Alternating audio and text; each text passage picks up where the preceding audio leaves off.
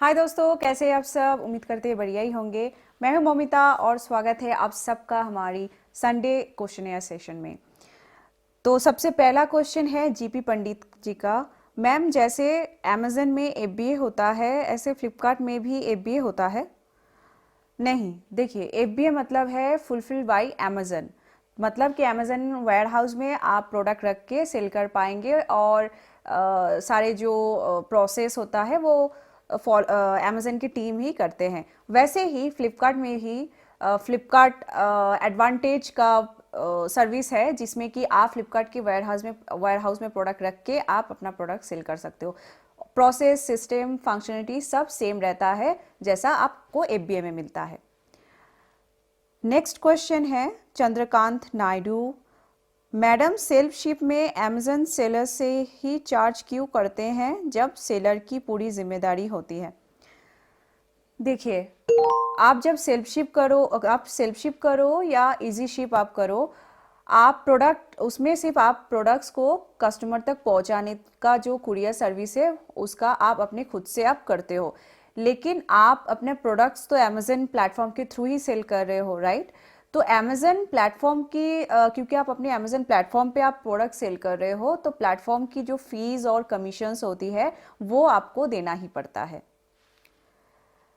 Next, Rohit Patel question है। मेरा product food and grocery category में आता है। मैंने ब्रांड रजिस्ट्री के लिए अप्लाई कर रहा हूँ, तो उनके एप्लीकेशन नंबर से मैं अमेजन पर ब्रांड रजिस्ट्री कर सकता हूँ कि मुझे परमानेंट रजिस्टर नंबर ही चाहिए?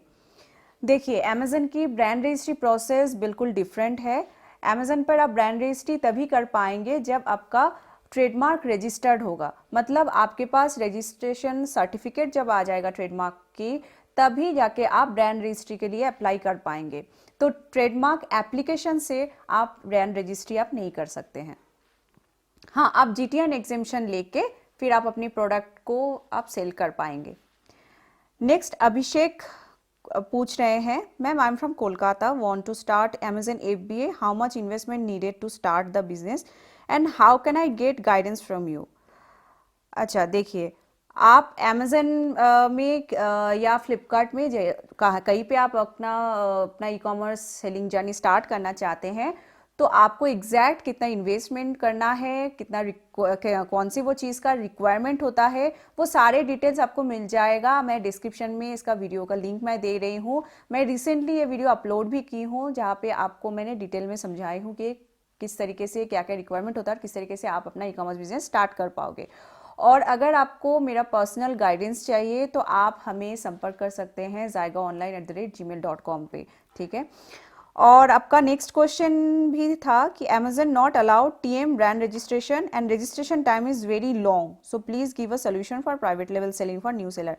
देखिए, टीएम ब्रांड रजिस्ट्रेशन आप जब आपको रजिस्ट्रेशन सर्टिफिकेट मिल जाता है तभी आप ब्रांड रजिस्ट्री कर पाओगे। अदरवाइज आपके पास ऑप्शन होता है जीटीआई इन एग्जिम्पशन लेके अपना सेलिंग स्टार्ट करना। और प्राइवेट लेवल के लिए स्पेशली मैं बता दूं, अमेजन पे जीटीआई इन एग्जिम्पशन होने के बाद आपके ब्रांड नेम को वाइट लिस्ट में भी आपको अप्लाई करना पड़ता है, वाइट लिस्ट में डालने के लिए। क्योंकि बहुत सारे ऐसे सेलर हैं जो जेन्युइन नहीं होते हैं, ऐसे ही कोई ब्रांड नेम से अपना प्रोडक्ट सेल करते हैं, फिर वो जेनेरिक प्रोडक्ट ही सेल करते हैं।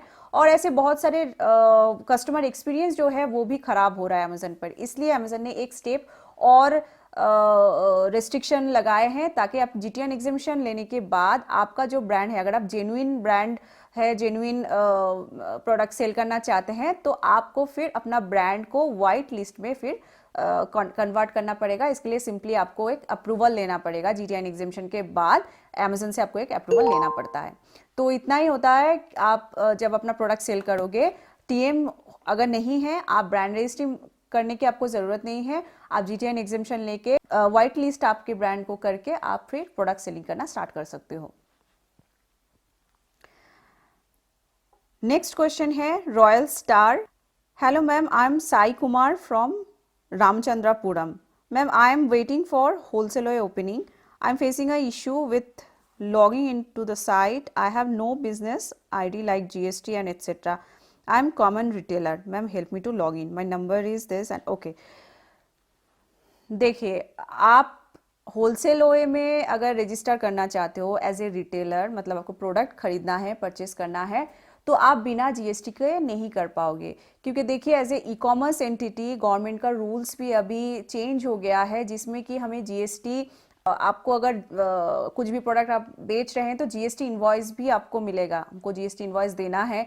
तो आपको अगर जीएसटी नहीं होगा तो फिर हमें दिक्कत हो सकता है, आपको भी आगे जाके प्रोडक्ट सेलिंग में भी दिक्कत हो सकता है। तो इसलिए आप जीएसटी ले लीजिए, क्योंकि अगर आप कहीं ऑनलाइन परचेस कर रहे हो, कहीं ऐसे B2B प्लेटफॉर्म से अगर परचेस कर रहे हो, तो आपको फिर इंटरस्टेट ही वो सेलिंग हो जाता है आपके वो बिजनेस मॉडल का, चाहे आप रिटेलर हो या फिर आप वो प्रोडक्ट लेके अपने ही लोकल में आप सेल करोगे, लेकिन वो परचेज आप कर रहे हो तो वो इंटरस्टेट परचेज ही हो रहा है। तो आपको जीएसटी इसीलिए होलसेल में मैंडेटरी रखा गया है। नेक्स्ट क्वेश्चन है मेहरा.cool। Hello Momita ji, I am a subscriber of your YouTube channel. मैं वाइट मार्बल से बने प्रोडक्ट्स सेल करना चाहता हूँ, मैन्युफैक्चरर से लेकर। मार्केट प्लेस पर सेल करना सही रहेगा या अपनी वेबसाइट पर? इंडिया के बाहर कैसे सेल करूँ, प्लीज़ गाइड मी। देखिए, मार्बल से बने हुए जो स्मॉल आइटम्स होता है वो आप इजीली अपना सेलिंग स्टार्ट कर सकते हैं।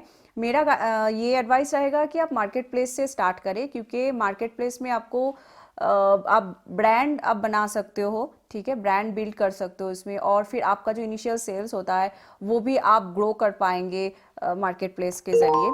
फिर आप अगर साइमल्टेनियसली अगर आप पहले ही दिन से अपना ई कॉमर्स स्टोर भी क्रिएट करके अगर आप सेल कर रहे हो तो भी आपको बहुत हद तक आपको हेल्प हो जाता है।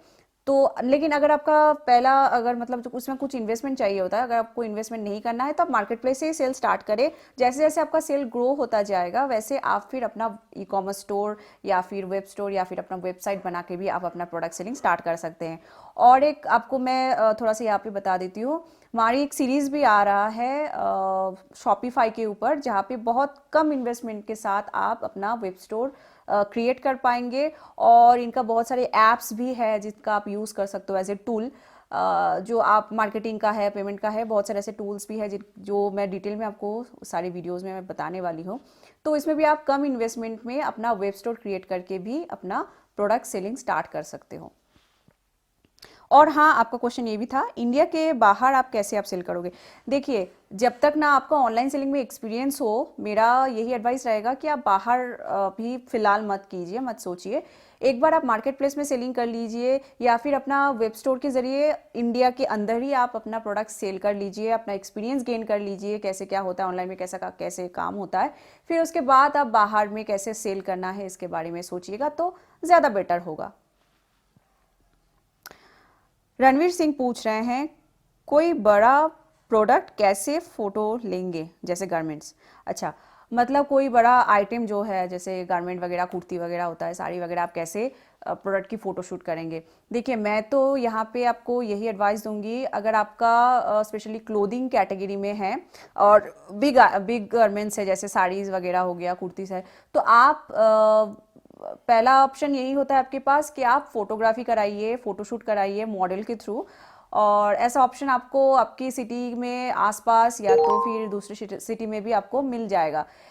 लेकिन अगर आप पहले इन्वेस्टमेंट नहीं कराना चाहते हैं अपने प्रोडक्ट पे, तो आप फिर मैनीक्वीन का इस्तेमाल कर सकते हैं, और फिर अपने डीएसएलआर से हो या अपने मोबाइल से भी आप सिंपली फ़ोटो, जो अच्छे जो स्मार्टफोन होता है उससे भी आप, कैमरा से भी आप फ़ोटो लेके अपना प्रोडक्ट जो है वो अपलोड कर सकते हैं।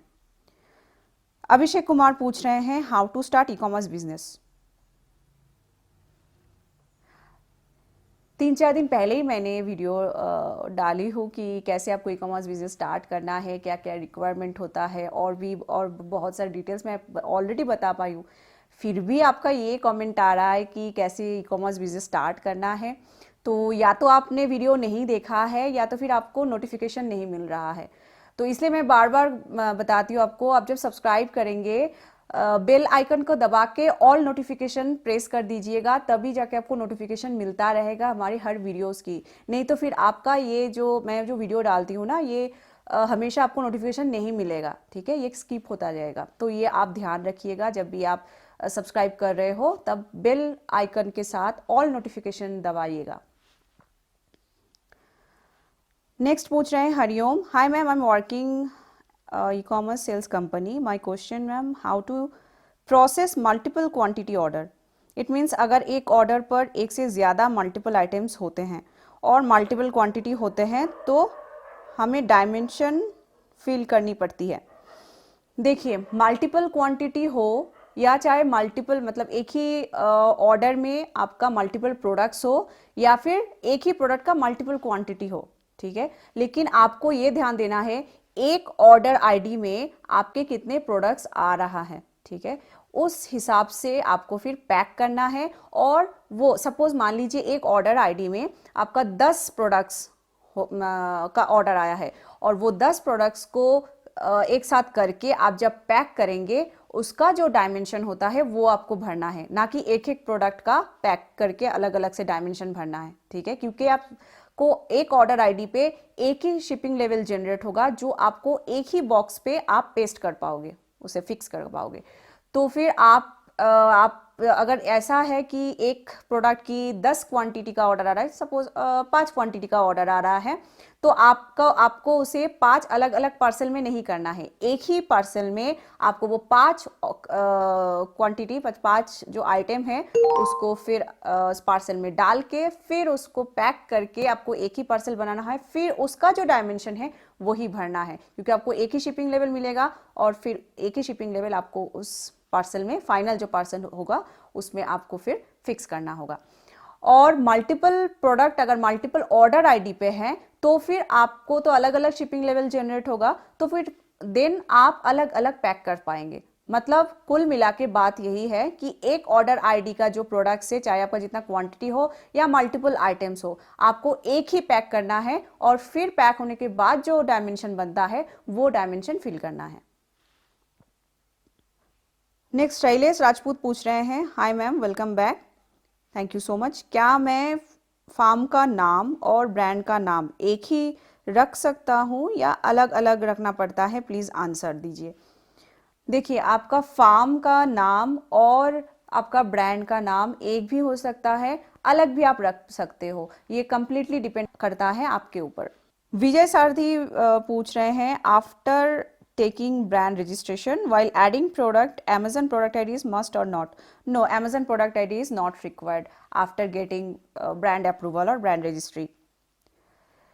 इसके बाद पूछ रहे हैं MD Sadruddin, good evening madam, हमारा GST नंबर लेदर गुड्स पर लिया हुआ है, तो क्या हम गारमेंट्स या किड्स क्लोथ्स अमेजन में बेच सकते हैं? Please reply.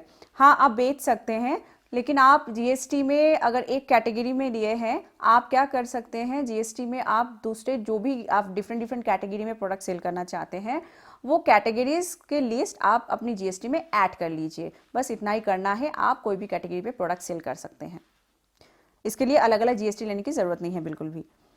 गणेश काबरा पूछ रहे हैं, is selling fashion jewellery on Amazon profitable? How much order I should expect from Amazon in fashion jewellery category? जी हाँ, फैशन ज्वेलरी कैटेगरी अमेजन पर बिल्कुल प्रॉफिटेबल है, लेकिन ये आपको देखना है, आपकी प्रोडक्ट यूनिक होना चाहिए, आई कैची होना चाहिए, अपीलिंग होना चाहिए और डिसेंट प्राइस आपका होना चाहिए। मतलब ऐसा प्राइस में आप सेल करो कि वो दूसरा कोई भी सेलर उस प्रोडक्ट को उस प्राइस में सेल ना कर पाए। तो इस तरीके से आपको प्रोडक्ट को लेके आना है अपने सेलिंग के लिए, तो आप फैशन ज्वेलरी में काफ़ी अच्छा सेल देख पाएंगे। और how many orders I should expect from Amazon fashion jewellery category, ये बोल पाना मुश्किल है, लेकिन हाँ, अगर आप सब कुछ प्रॉपरली करते हैं, प्रोडक्ट टाइटल, डिस्क्रिप्शन, कीवर्ड्स वगैरह प्रॉपरली कर रहे हैं और साथ में आप अट्रैक्टिव प्रोडक्ट और आई कैची प्रोडक्ट और अट्रैक्टिव प्राइस में आप उसे सेल कर रहे हैं, तो फिर अगेन आप काफ़ी अच्छा ऑर्डर देख पाएंगे। आशीष विश्वास पूछ रहे हैं, मैम ऑडियंस क्या इंस्टा मोजो का है या सेलर का होता है? अच्छा, इंस्टा मोजो पे आप जब अपना स्टोर बनाते हैं तो एक बात का आप ध्यान दीजिए, इंस्टा मोजो एक पेमेंट गेटवे सर्विस प्रोवाइडर है, ठीक है, वो आपको पेमेंट गेटवे के साथ साथ आपको बस एक स्टोर बनाने का, अपना स्टोर बनाने का एक ऑप्शन दे रहे हैं, बस उतना ही। इनका खुद का ऑडियंस नहीं है, क्योंकि ये कोई प्लेटफॉर्म नहीं है, कोई मार्केट प्लेस जैसे प्लेटफॉर्म नहीं है कि इनका कोई ऑडियंस होगा। ठीक है, आपको पेमेंट गेटवे के साथ एक बस स्टोर क्रिएट करने का यहाँ पे मौका मिल रहा है, लेकिन आपको इस स्टोर को मार्केट करना है और इस पे आपके स्टोर पे जो ऑडियंस आएगा, जो ट्रैफिक आएगा, वो आपको ही लेके आना है। ठीक है, इंस्टामोजो इसमें आपको कोई हेल्प नहीं करता है, क्योंकि वो प्लेटफॉर्म नहीं है। इसमें आपको सिर्फ आप स्टोर बना सकते हो, फिर आपको स्टोर को मार्केट करना है, ट्रैफिक लेके आना है। समीर खान पूछ रहे हैं, हेलो मैम, मेरा क्वेश्चन ये है कि हम हर प्रोडक्ट का सपोर्ट लेटर अपलोड करेंगे या एक ही लेटर में सब कुछ मेंशन करके अपलोड कर देंगे? एक ही लेटर में आपको सारे कैटेगरीज को मेंशन करके फिर अपलोड करना पड़ता है। हर अलग अलग कैटेगरी का अगर अप्रूवल लेना है तो भी आप एक ही लेटर का इस्तेमाल कीजिए, लेकिन वो सारे कैटेगरीज को मेंशन कर दीजिए, बस उतना ही। तो दोस्तों, यही था आज के क्वेश्चन सेशन। आप हमें और भी क्वेश्चन पूछ सकते हैं, कमेंट करिए, तब आपका क्वेश्चन भी मैं इस वीडियो में इंक्लूड करूंगी। और आप इंस्टाग्राम पे भी आप मुझे कमेंट कर सकते हैं, पूछ सकते हैं अपना सवाल। तो चलिए मिलते हैं नेक्स्ट वीक क्वेश्चन सेशन में, तब तक के लिए आप सबका समय शुभ रहे।